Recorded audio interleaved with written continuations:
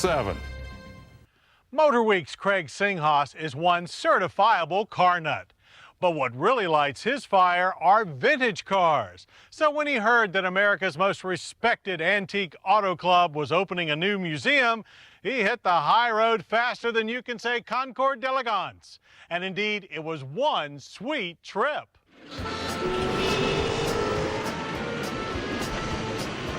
In the 20th century, the automobile changed America as no other invention ever had. Its arrival was perfectly timed for a transportation revolution in a nation that was switching from an agrarian to urban lifestyle. The automobile changed how we worked, played, loved, lived, and died. America was forever a nation on the move. In recognition of the unique ties between the automobile and American culture, the Antique Automobile Club of America has established a new museum in Hershey, Pennsylvania. Recently, we spoke with AACA Museum Executive Director Patrick Foltz about this unique automotive experience. Pat, this is beautifully done.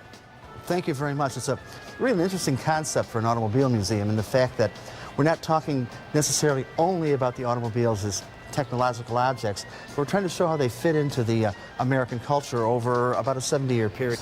Well, how many scenarios do you have? How many dioramas do you have? These full-size dioramas, we have 7 of them, representing 7 decades in automotive history.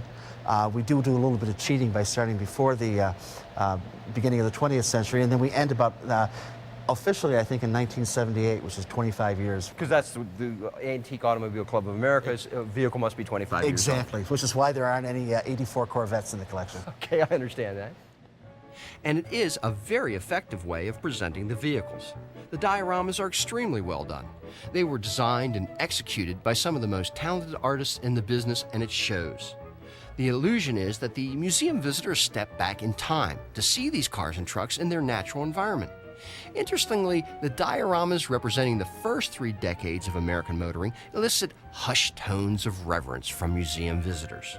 Well, at this point, the museum experience changes here. For the first 3 decades, we're dealing with brass cars that are almost 100 years old.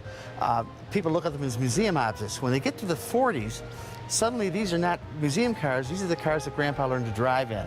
This is Grandpa's old Oldsmobile. It's Uncle Harry Chevrolet. Absolutely. And what people really begin to talk about is their own experiences with the automobile. And that sort of powers the museum visit as we go forward.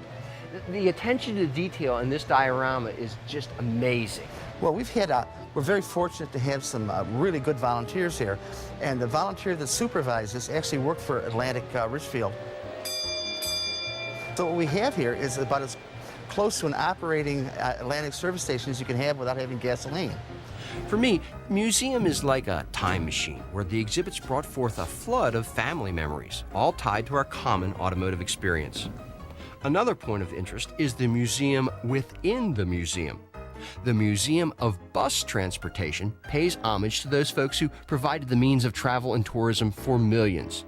With the scope and size of the bus displays, it is impressive indeed. The founding and the establishment of the museum is really an outgrowth of the Antique Automobile Club of America's preservation ethic that was really begun years ago with its library. The museum has an interesting mission in the fact not only are we dealing with the history of the automobile, we're also dealing with its role in the culture and also celebrating the collecting hobby. Which may explain why a large percentage of the AACA museum vehicles have been donated by collectors. You think of these cars as the crown jewels of the family. They're the family jewels. They have a value.